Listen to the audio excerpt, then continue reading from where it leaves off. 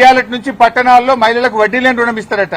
ఇగో ఇవాళ మాకు ఈ నోటీస్ ఇచ్చి మమ్మల్ని ఎంగేజ్ చేసే ప్రయత్నం అంటే పొలిటికల్ గా బీఆర్ఎస్ పార్టీ థ్రెట్ గా ఆయన ఫీల్ అవుతా ఉన్నాడు. పంచాయతీ ఎన్నికల్లో రేవంత్ రెడ్డి అంచనాలు తప్పినాయి. 40% సర్పంచులు గెలిచి బీఆర్ఎస్ పార్టీ అద్భుతమైన విజయాన్ని సాధించింది. దాంతో ఆయనకు దిమ్మ తిరిగిపోయింది. ఈ మున్సిపల్ ఎన్నికల్లో కూడా మళ్లీ బీఆర్ఎస్ పార్టీ బలమైనటువంటి ప్రత్యర్థిగా ఉంది కనుక ఈ డ్రామాలన్నీ షురూ చేసిండు. చీరలు పంచి ఎన్నికలు వచ్చినాయి కనుక చీరలు పంచుతా, వడ్డీ లేని రుణం పంచుతా అని డ్రామాలు స్టార్ట్ చేసిండు. మాకు ఈ నోటీస్ ఇచ్చి ఫోన్ ట్యాపింగ్ కేసులో ఏదో ఉంది అనేటువంటి ఒక క్రైమ్ సినిమా సీరియల్ లెక్క నడుపుతా ఉన్నాడు. 2 ఏళ్ల నుంచి డ్రామాలు ఆడుతున్నావు. ఆల్రెడీ నువ్వు గతంలో నా మీద ఫోన్ ట్యాపింగ్ కేసు పెడితే హైకోర్టు కొట్టేసింది, సుప్రీంకోర్టు కూడా కొట్టేసింది. నీ చెంప చెల్లుమనే విధంగా తీర్పు ఇచ్చింది. నువ్వు పెద్ద పెద్ద అడ్వకేట్లను, రాష్ట్ర ప్రభుత్వ డబ్బులను, కోట్లాది రూపాయల డబ్బులు ఖర్చు పెట్టి పెద్ద పెద్ద న్యాయవాదులను పెట్టినావు నా మీద. ఎంత పెద్ద న్యాయవాదులను పెట్టినా న్యాయం నా వైపు ఉంది గనక, మేం తప్పు చేయలేదు గనక, ధర్మం మా వైపు ఉంది గనక హైకోర్టులోకి మేము గెలిచాం.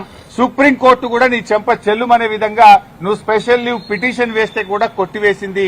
న్యాయం నిలబడ్డది, ధర్మం నిలబడ్డది. అయినా నువ్వు మళ్లీ పిలుస్తున్నావు. సుప్రీంకోర్టే కొట్టేసినాక మళ్ళీ పిలుచుడేంది డ్రామా? ఏంది డ్రామా? ఎన్ని రోజులు ఈ డ్రామా నడుపుతావు? 2 సంవత్సరాలు దాటిపోయింది. అంటే ఒక కంటిన్యూస్ గా ప్రజల్ని ఎంగేజ్ చేయాలని, మీడియాను డైవర్షన్ చేయాలని, ప్రజల అటెన్షన్ డైవర్షన్ చేయాలని నువ్వు ఎంత డైవర్షన్ చేసినా నేను ఎడవం. నీ బొగ్గు కుంభకోణం గురించి నిలదీస్తూనే ఉంటాం. నువ్వు ఆంధ్రాకు అమ్ముడుపోయిన విధానాన్ని నిలదీస్తూనే ఉంటాం. ఎల్టీపీ పాలసీ ఇండస్ట్రీ కుంభకోణం గురించి నిలదీస్తూనే ఉంటాం.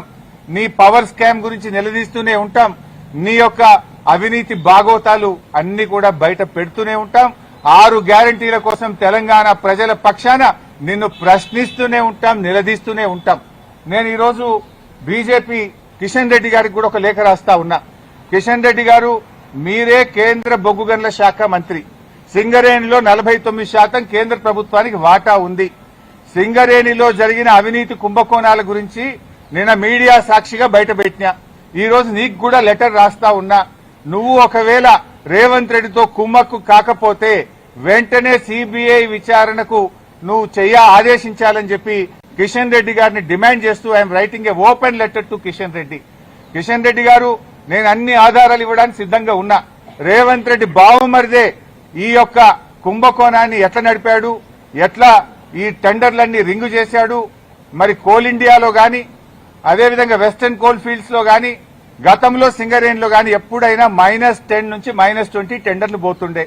ఈ సైట్ విజిట్ సర్టిఫికేట్ పెట్టిన తర్వాత మరి ఎవరెవరు టెండర్లు వేస్తున్నారో తెలిసి రేవంత్ రెడ్డి బావమరిది ఆ కాంట్రాక్టర్లను బెదిరించి వాళ్ళు ఏ రకంగా ప్లస్ టెండర్లు, ఆయన పొందిండు టెండరు, ఆయన ఎవరనుకుంటే వాళ్ళకి టెండర్ వస్తుంది, ఎవరనుకుంటే వాళ్ళకి సైట్ విజిట్ సర్టిఫికేట్ వస్తుంది. 9E బ్లాక్ ఒక్కటే రద్దు చేయడం కాదు, ఈ టెండర్లు రద్దు చేయాలి. దీని మీద సిబిఐ విచారణ జరపాలని నేను నిన్న డిమాండ్ చేసిన. ఇలా వ్రాతపూర్వకంగా కూడా కిషన్ రెడ్డి గారికి I'm writing A open letter. దీని మీద వెంటనే బీజేపీ స్పందించాలని, నిజానిజాలు బయటకు తీయాలని, ఈ దొంగల్ని అరెస్ట్ చేయాలని, ఈ అవినీతి సొమ్మును కక్కించాలని, ఈ రాష్ట్రానికి సింగరేణి కార్మికులకు జరుగుతున్న నష్టాన్ని మరి బయటకు తీయాలని చెప్పి మేము డిమాండ్ చేస్తా ఉన్నాం. ఎందుకంటే సింగరేణి డబ్బుతో రేవంత్ రెడ్డి ఫుట్బాల్ ఆడుతున్నాడు. 100 కోట్ల రూపాయల సింగరేణి డబ్బులను తన షోకుల కోసం ఖర్చు పెడుతుంటే ఎందుకు కిషన్ రెడ్డి గారు మౌనంగా ఉంటున్నారు? ఎందుకు బీజేపీ మౌనంగా ఉంటుందని కూడా నేను ప్రశ్నిస్తా ఉన్నా. అన్ని బయటకు రావాలంటే సిబిఐ విచారణ జరపాలని డిమాండ్ చేస్తున్నాం. సో మేము తప్పు చేయలేదు. నిన్న రాత్రి నోటీస్ ఇచ్చినా రాత్రే హైదరాబాద్ కు వచ్చినాం. ఈ రోజు న్యాయ వ్యవస్థ మీద గౌరవం ఉంది, చట్టాన్ని గౌరవిస్తాం కనుక వారు చెప్పిన సమయం ప్రకారం మేము హాజరవుతున్నాం. సమయం తీసుకునే అవకాశం ఉంది, కానీ మేము తప్పు చేయలేదు, మేము భయపడాల్సిన అవసరం లేదు. ఏ రకంగా కూడా ఈ కేసుతో మాకు సంబంధం లేదు. ఇది ఒక అక్రమ కేసు. కేవలం బురద జల్లాలని, రాజకీయాలను డైవర్ట్ చేయాలని, అటెన్షన్ డైవర్టేషన్ కోసం రేవంత్ రెడ్డి ఆడుతున్న ఒక సిల్లీ